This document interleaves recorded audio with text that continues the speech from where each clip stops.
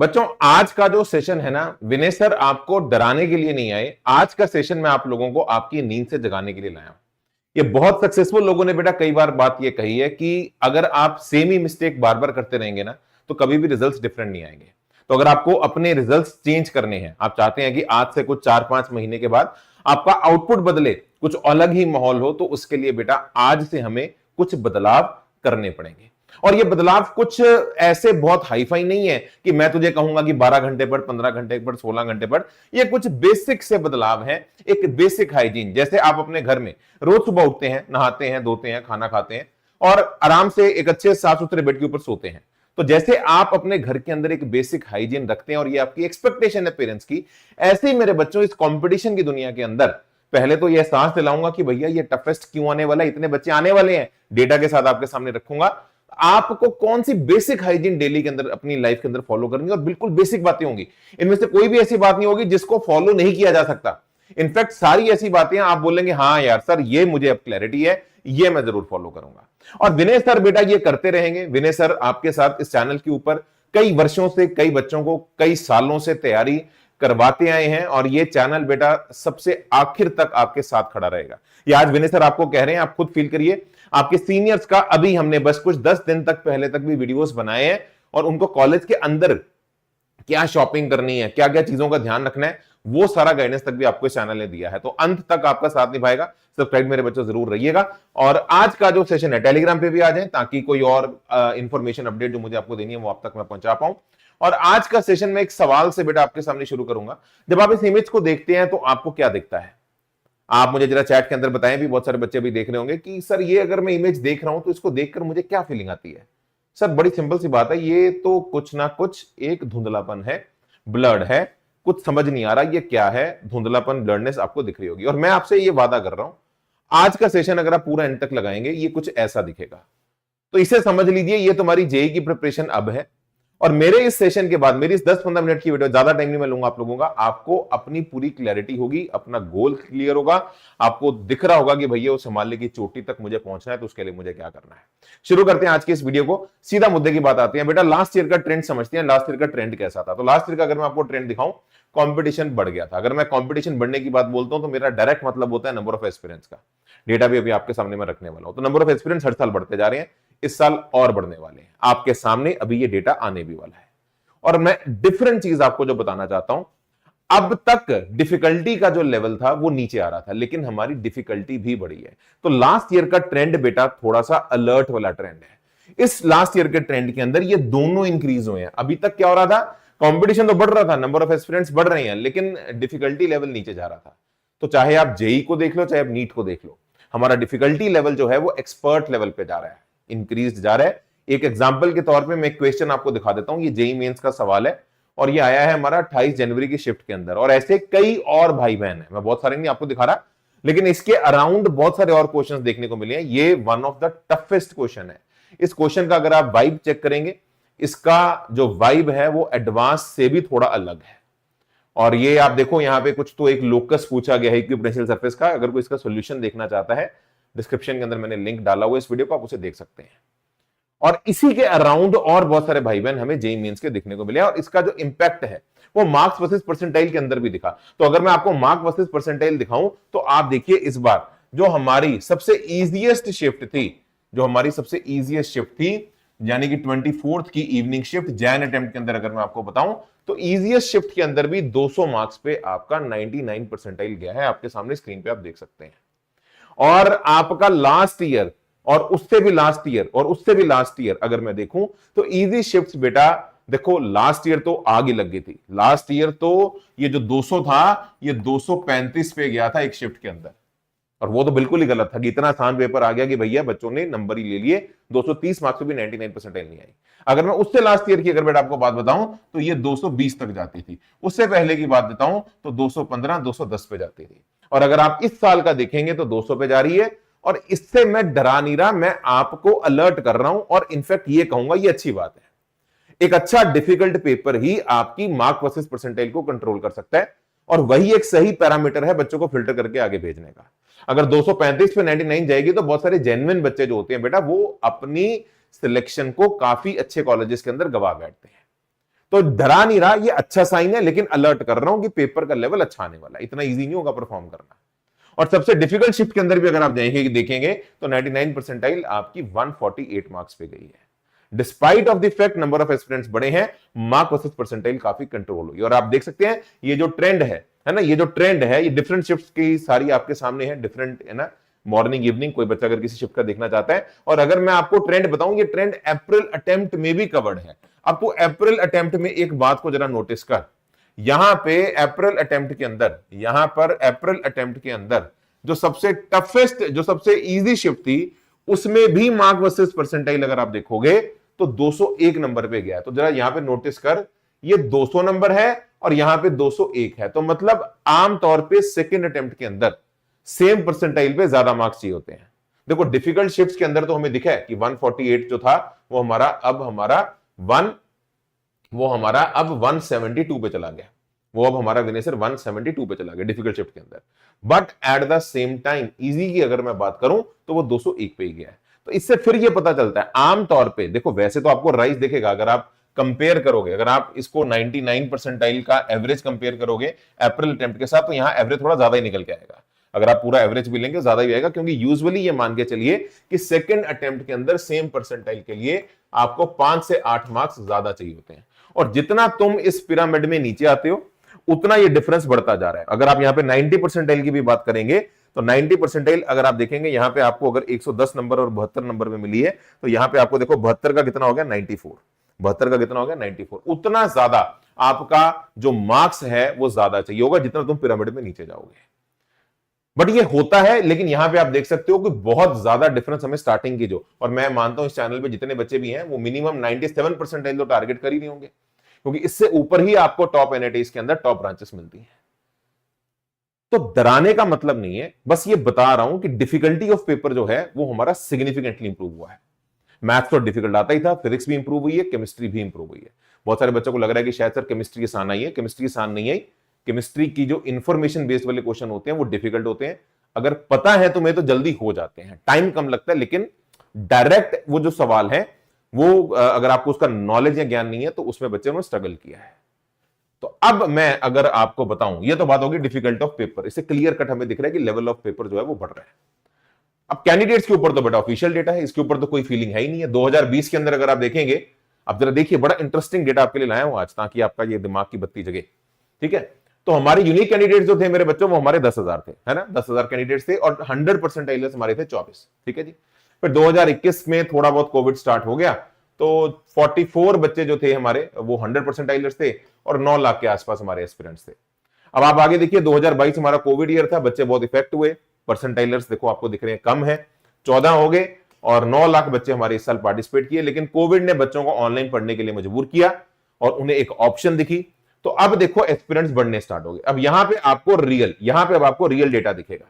9 लाख के बाद 11 लाख हो गए यूनिक कैंडिडेट, सभी शिफ्ट्स की मिला के, सभी अटेम्प्ट्स को मिला के। 100 परसेंटाइलर्स भी बढ़ गए, एकदम से 14 से हो गए 43 बच्चों ने परफॉर्म किया। 2024 के अंदर बेटा 100 परसेंटाइलर्स और बढ़ गए, हो गए 56 और नंबर ऑफ एस्पिरेंट्स बढ़ गए हमारे 14 लाख। अब मैं आपको यहां बताता हूं, यहां पे नंबर ऑफ एस्पिरेंट्स बन गए 14 लाख, बट ये 56 क्यों हुए? क्योंकि पेपर का लेवल बहुत ईजी आ गया। और इसी साल था जब एनटीए का बहुत बैंड बजा, जब 235 मार्क्स पे 99 परसेंटाइल गई। अब इस चीज को देखिए, एनटीए ने 2025 में बड़े अच्छे से, मैं यहां पे एनटीए की तारीफ कर रहा हूं और ये यूजुअली कम होता है कि एनटीए की तारीफ की जाए, उसने इस चीज को बड़े अच्छे से कंट्रोल किया। पेपर का लेवल उसने कंट्रोल किया, बावजूद इसके कि हमारे नंबर ऑफ यूनिक एस्पिरेंट्स जो थे इस बार वो थे हमारे 15,39,000 और हमारा जो 100 परसेंटाइलर्स थे वो हमारे 24 थे। मतलब अब परफॉर्म करना उतना आसान नहीं रहा। बावजूद इसके आप देखो जरा, इसको कंपेयर अगर आप करो, अगर आप बस ये कोविड वाला साल अगर आप छोड़ दो तो आप देखो ये 100 परसेंटाइलर्स का सबसे लीस्ट वैल्यू है जो आपको पिछले कुछ सालों के अंदर देखने को मिला है, despite of the fact number of aspirants हमारे बढ़ गए हैं। तो बेटा बड़ी सीधी सी बात तेरे सामने मैं रख रहा हूं, इस साल ये नंबर देखो, इसमें तो कोई डर ही नहीं, हर साल नंबर बढ़ रहे, कम से कम और कुछ नहीं तो 16 लाख तो तुम्हें दिख ही रहा है। मैं तो तुम्हें 15 लाख कह रहा हूं, बट ये तुम्हें अकल से तो दिख ही रहा है ना, ये हो सकता है 17 लाख भी चले जाए। ये तो फाइनली अभी पता चलेगा कितने बच्चे ऑल ओवर इंडिया। कहने का बस भाव इतना है कि भाई अब वो समय आ गया है जब हमें अपनी प्रिपरेशन को एक बटन दबा के थोड़ा स्ट्रक्चर करना है। तो ये सब देख के तुझे डर लग रहा होगा, जितनों को डर लग रहा है जरा चैट के अंदर मुझे एक बार बताएं भी, थोड़ा सा एकदम आंखें थोड़ी वो हो रही होंगी। और विनय सर डराने नहीं आए, ये भी मैं आपको बात बताऊं, मैं जगाने आया हूं। मेरा लक्ष्य, मेरा उद्देश्य इस वीडियो को करने का यह है कि तू थोड़ा जाग जा, तू एकदम से अलर्ट हो जा। और आप देखिए अगले ही क्षण अभी आपके सामने स्लाइड पे जो आएगा वो आपको जगा देगा, वो आपके अंदर ये ऊर्जा भर देगा कि हां ये पॉसिबल है, ये कर सकते हैं।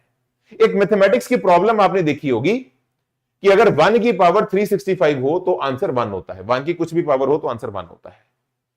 अगर आपकी वैल्यू 1 से थोड़ी सी कम है और पावर अगर 365 है, मतलब फ्रैक्शन की कुछ पावर है, तो आंसर बेटा जो निकल के आता है वो फ्रैक्शन ही निकल के आता है, बहुत कम आता है 0.03। लेकिन अगर आपका 1 से वैल्यू थोड़ा सा ज्यादा है 0.01 और पावर 365 365 दिन अगर आप करो काम तो आपकी वैल्यू मैसिवली बढ़ जाती है 37.8।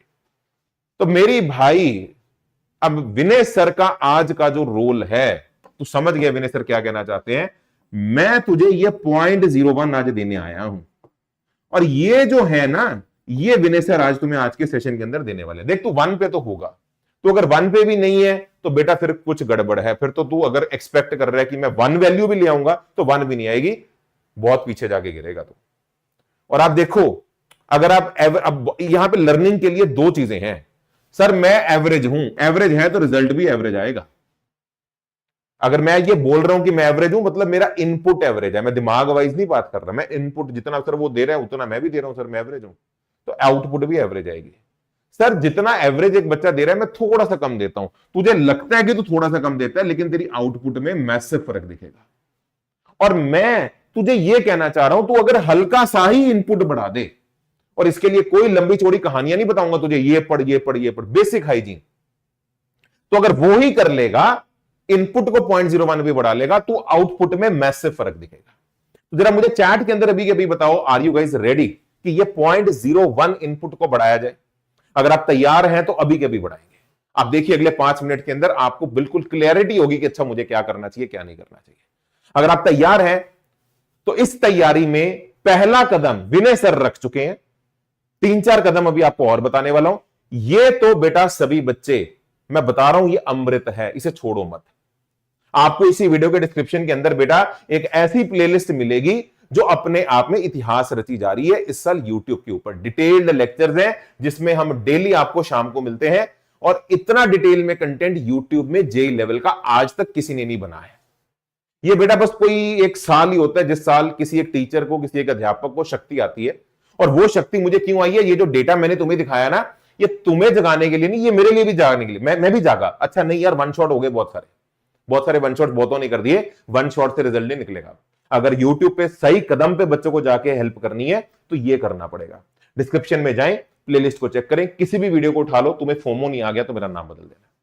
इसके अलावा दूसरी चीज, ये तो मैं कर दी है, ये तो फॉलो करिए आप।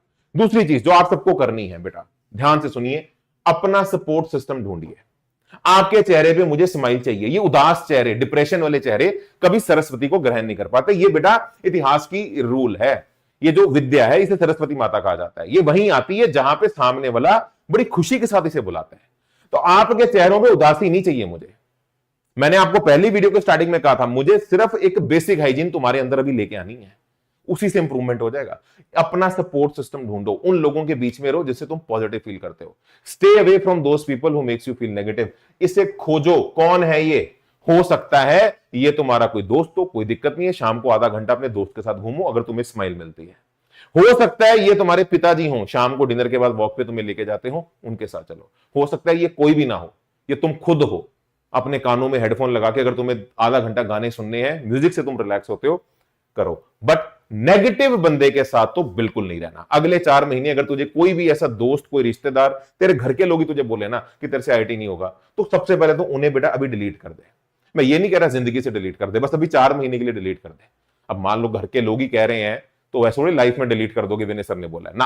पर अभी 4 महीने के लिए किसी से उलझने के लिए बेटा याद रखना, लड़ाई भी सोच समझ के की जाती है, ठीक है ना। कितनी लड़नी है, कब लड़नी है, तो सोच समझ के, क्योंकि इट टेक्स एनर्जी। तो अभी वो एनर्जी है ही नहीं हमारे पास, डिलीट, खत्म। उन लोगों के साथ, चाहे वो यूट्यूब पे विनय सर की वीडियो है, हो सकता है मैं तेरे लिए एक हैप्पीनेस का सोर्स हूं, तो मेरी वीडियो में आ जा, कोई दिक्कत, ढूंढ खोज, बट नेगेटिव लोगों के साथ तो बिल्कुल नहीं रहना। दूसरी चीज जो तुझे करनी है, अपना स्टडी स्लॉट और स्टडी एरिया बेटा फिक्स करो, सच्ची बताना जरा चैट के अंदर, सच्ची बताना जरा चैट। और सभी बच्चे बेटा जो भी बातें बताऊंगा ना कमेंट्स के अंदर लिख के जाना कि सर एक्सेप्टेड। जब हम लिख देते हैं ना तो हमारे अंदर ना एक मॉरल रिस्पॉन्सिबिलिटी आती है, हाँ यार ये मुझे करना है, ये मुझे कहा है, अब मैंने लिख दिया। जब मैंने तुझे बोल दिया बेटा मैं तेरी हेल्प करूंगा, तो मैंने lecture by lecture series YouTube पे स्टार्ट कर दी ना, क्योंकि मैंने बोल दिया। जब मैं कह देता हूं, लिख देता हूं, तो उसकी फिर वैल्यू मेरे ऊपर आती है।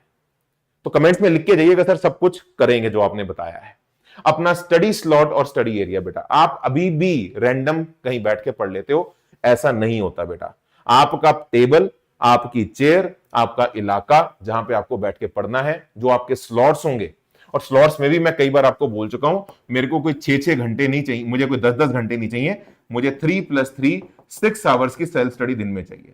अगर आप कोचिंग के अलावा, ये कोचिंग के अलावा की बात हो रही है, चाहे वो ऑनलाइन ऑफलाइन है, आप दिन में 6-7 घंटे भी अगर दे दें, इफेक्टिवली दे दें, और 3 घंटे एक स्लॉट में नॉन स्टॉप, क्योंकि सिंपल सी बात है, अगर 3 घंटे हम घर पे बैठ के नॉन स्टॉप पढ़ेंगे तभी पेपर में 3 घंटे परफॉर्म कर पाएंगे, चाहे जेईई मेन का चाहे जेईई एडवांस का है। तो अगर आप ये कर देंगे तो मैं आपको बेटा ये वादा दे रहा हूं, आप पेपर के अंदर जो कंसंट्रेशन लूज हो जाती है ना आपकी, वो लूज होनी बंद हो जाएगी। तो अपने स्टडी स्लॉट्स फिक्स करिए, सुबह पढ़ना है सुबह पढ़ो, रात को पढ़ना है रात को पढ़ो, जैसे पढ़ना है पढ़ो, सब कुछ तुम पे छोड़ दिया।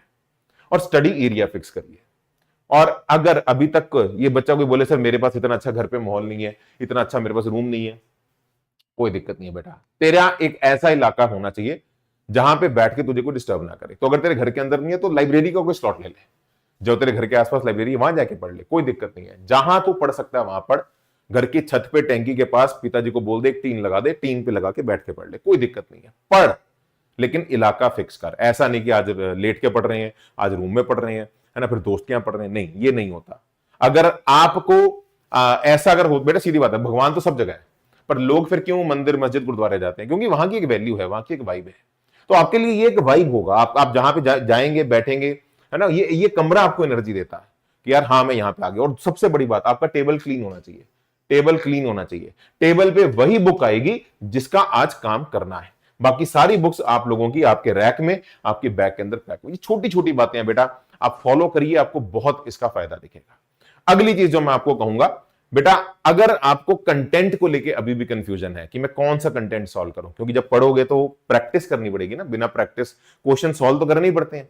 तो अगर कंटेंट को लेके अभी भी कंफ्यूज्ड हो, समझ में नहीं आ रहा, तो मैं क्लियर बोल लूंगा बेटा, इधर उधर से डीपीपी यूट्यूब से ढूंढनी बंद करो, एक स्ट्रक्चर्ड कंटेंट अपने पास रखो और उस किताबों के ऊपर सॉल्व करने स्टार्ट करो। अपनी किताबें अपनी होती हैं, उसके ऊपर आप टिक भी लगा सकते हो, सर्कल भी लगा सकते हो। आपको समझ में आता है अच्छा यार हाँ इसके अंदर कुछ लिखा था, तो खुद की किताब बेटा खुद की होती है। अपना बच्चा होता है ना, ये आपका अपना बच्चा बनेगा।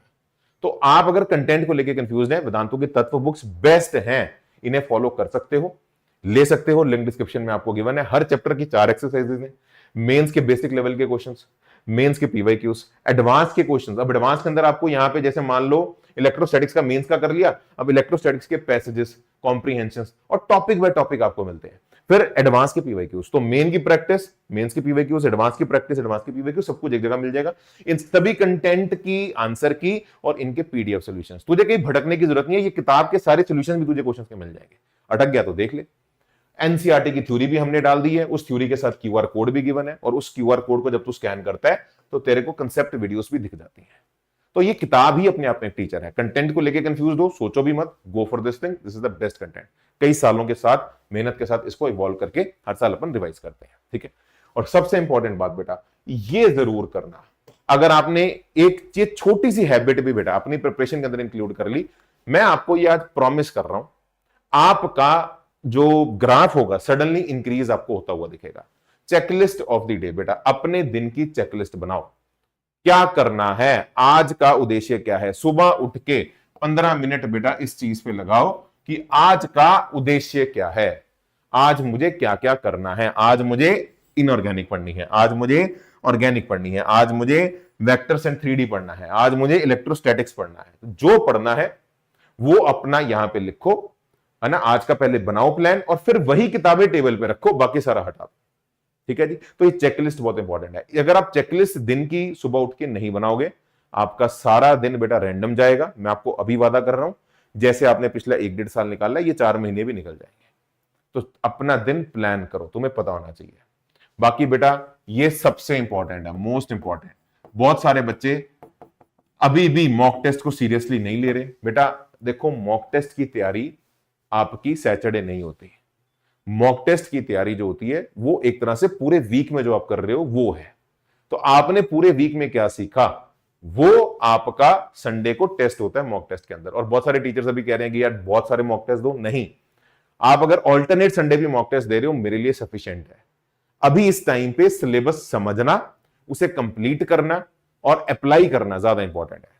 अगर आप हर संडे दे रहे हो तो ये भी ज्यादा है, लेकिन अगर आप ऑल्टरनेट दे रहे हो तो बहुत अच्छा है। लेकिन वीक में 2 मॉक टेस्ट बिल्कुल नॉनसेंस है इस पर्टिकुलर टाइम ऑफ प्रिपरेशन के अंदर, लेकिन देने जरूर है। आप किसी भी टॉपर का इंटरव्यू उठा के देख लो, हर टॉपर ने यह बात कही है बिना मॉक टेस्ट के सिलेक्शन नहीं होगा। तो इससे डरो मत। बहुत सारे बच्चे सैटरडे की क्लासेस मिस करते हैं कि कल संडे टेस्ट है। ये बेवकूफी बंद कर दो।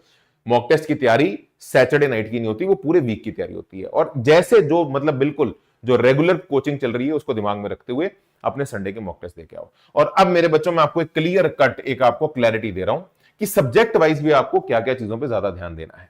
देखो, इनऑर्गेनिक की कोशिश करो, एनसीईआरटी पूरी पढ़ो, अच्छी पढ़ो, और कोशिश करो कि डेली डेली कम से कम 30 से 40 मिनट्स तुम इनऑर्गेनिक केमिस्ट्री को प्रैक्टिस कर पाओ या रिवाइज कर पाओ। ठीक है जी। तो इनऑर्गेनिक एक ऐसी है जो बार बार खुद को याद दिलानी पड़ती है। ठीक है, आप याद नहीं दिलाओगे फिर भूल जाओगे। ठीक है, तो inorganic is just like happiness, है ना। हैप्पीनेस का मतलब पता है तुम्हें बेटा क्या है? बहुत सारे लोग बोलते हैं सर हैप्पीनेस जो होती है ये अपनी वो होती है, चॉइस होती है। देखो, हैप्पीनेस चॉइस होती है, but happiness at the same time practice भी होती है। खुद को बार बार एहसास दिलाना होता है मैं खुश रहूंगा, मैं खुश रहूंगा, मैं खुश रहूंगा, मुझे लोड नहीं लेना। तो वैसे ही इनऑर्गेनिक भी वही है, हैप्पीनेस है। हैप्पीनेस डबल है, मतलब है ना। एक तो जब नंबर अच्छे आएंगे आपके इनऑर्गेनिक केमिस्ट्री के तो वैसे भी खुशी होगी, और इसको बिल्कुल हैप्पीनेस से लिंक किया करो कि ये रोज ही करनी है यार, मतलब रोज ही खुश रहना है। ठीक है, वैसे वाला सीन है। ऑर्गेनिक की एनसीईआरटी जरूर पढ़ो, लेकिन इसकी अच्छी प्रॉब्लम सॉल्विंग जरूर करो। बहुत सारे बच्चे क्या करते हैं, इनऑर्गेनिक ऑर्गेनिक को एनसीईआरटी तक ही सीमित कर लेते हैं। तो इनऑर्गेनिक को एनसीईआरटी तक सीमित कर लो, that is fine, but organic के लिए आई विल स्ट्रांगली रिकमेंड कोई एक एडिशनल कंटेंट सॉल्विंग किताब, बहुत अच्छी किताबें आती हैं, आप उन किताबों को यूज कर सकते हैं। और यहां हमारा तत्व भी है वेदांतों का।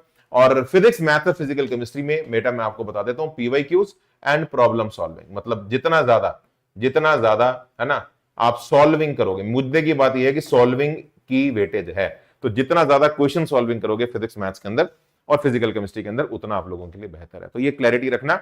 मोटी मोटी बात भी अगर आपको बताऊं, अगर 3 घंटे का स्लॉट है तो 70% सॉल्विंग में जाओ, है ना, फिजिक्स और इसके अंदर, और 30% आपका सिर्फ जो हो जाना चाहिए वो थ्योरी में जाना चाहिए। यहां पे आप थ्योरी में ज्यादा टाइम लगा सकते हो, है ना, इनऑर्गेनिक केमिस्ट्री के अंदर।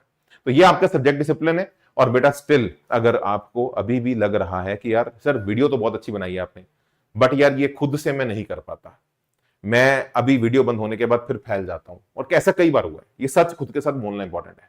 जब तक नहीं बोलेंगे ना तब तक बेटा फिर मैं वही, मैंने स्टार्टिंग में कहा था कि यार मैं अगर सेम ही चीज बार बार करूंगा तो रिजल्ट कैसे चेंज होगा, आउटपुट कैसे चेंज होगी, चमत्कार तो होगा नहीं। तो बेटा 4 महीने बचे हैं, चमत्कार नहीं होगा। आज से अपने एक्शंस को हमें डिफाई करना पड़ेगा, हमें आज से अपने एक्शंस को उस दिशा में ले जाना पड़ेगा जिससे सिलेक्शन होगी। तो अगर तुझे थोड़ा सा भी लग रहा है यार ये खुद से नहीं कर पाऊंगा, तो बेटा आइए हमारे इस एकलव्य बैच से जुड़ जाइए।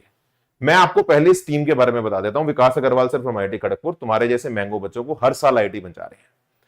चंदन सैनी सर फ्रॉम खुद आईआईटी कानपुर से हैं, इनके बच्चे फिजिक्स के अंदर गोल्ड मेडल लेके आ रहे हैं ओलंपियाड्स के अंदर और हमारे देश को रिप्रेजेंट कर रहे हैं। Surendra Jain sir from IIT Delhi, इनका स्टूडेंट इस साल जो दक्ष था, जिसका रैंक 15 आया, जिसका विनय सर रैंक 15 आया एडवांस के अंदर, उसके मैथ्स में 120 आउट ऑफ 120 थे, जो हमारे ऑल ओवर इंडिया किसी भी बच्चे के नहीं थे, रैंक 1 के भी नहीं थे। निधि मैम खुद केमिस्ट्री के अंदर गोल्ड मेडलिस्ट है, और इस बैच के अंदर आपको केमिस्ट्री की डेली क्लासेस मिलने वाली हैं, और जो मैं आपको कर रहा था 30 से 40 मिनट्स का डेली डोज आपको मिलेगा। तो आप इस एकलव्य बैच का पार्ट बन सकते हैं। और मैं फिर आपको बता दूं, this batch is dedicatedly only for the serious aspirants, non serious के लिए ये बैच बिल्कुल नहीं है। इसके अंदर इनिशियल फेज के अंदर आपको कोई होमवर्क नहीं मिलेगा, आपको सिर्फ क्लास के अंदर आना है। 9 से 10 रात का हमने टाइम रखा है, मैं टाइम भी बता देता हूं, 9 से 10 PM, ताकि आपका कोई रेगुलर कोचिंग इंपैक्ट ना हो।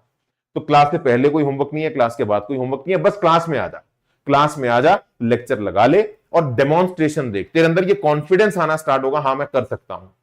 और मैं फिर बता दूं, ये वो टीम है जो तुम्हारे जैसे मैंगो बच्चों को हर साल आईआईटी ले जाती है। जो दक्ष बच्चा है ना, जिसका रैंक 15 आया है, इसने विकास सर को यह बात कही थी कि सर मुझे सिर्फ एनआईटी दिला दो, बस मैं एनआईटी, मैं टॉप एनआईटी तक ले जाओगे तो बहुत अच्छा है। इसको अबे इधर आ, तुझे समझाता हूं मैं, तो एनआईटी नहीं तो आईआईटी जाएगा।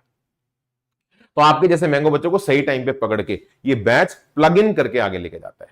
ठीक है जी। और साथ ही साथ इसके बाद फिर थोड़ा थोड़ा होमवर्क मिलेगा आने वाले कुछ फेजेस में। फिर जब फर्स्ट अटेम्प्ट आपके पास आ जाएगी तो उसके अंदर बेटा हम हार्डकोर आपको मेंस पे कन्वर्ट करेंगे और सारा का सारा जो होगा डेली आपके टेस्ट होंगे और उनका डिस्कशन होगा। और फिर उसके बाद फर्स्ट अटेम्प्ट को सिक्योर करने के बाद सारा फोकस एडवांस पे लगेगा। आप इस बैच के अंदर ज्वाइन कर सकते हैं। मैं बार बार ये बात बोल रहा हूं, ये आपकी रेगुलर कोचिंग के अलावा है।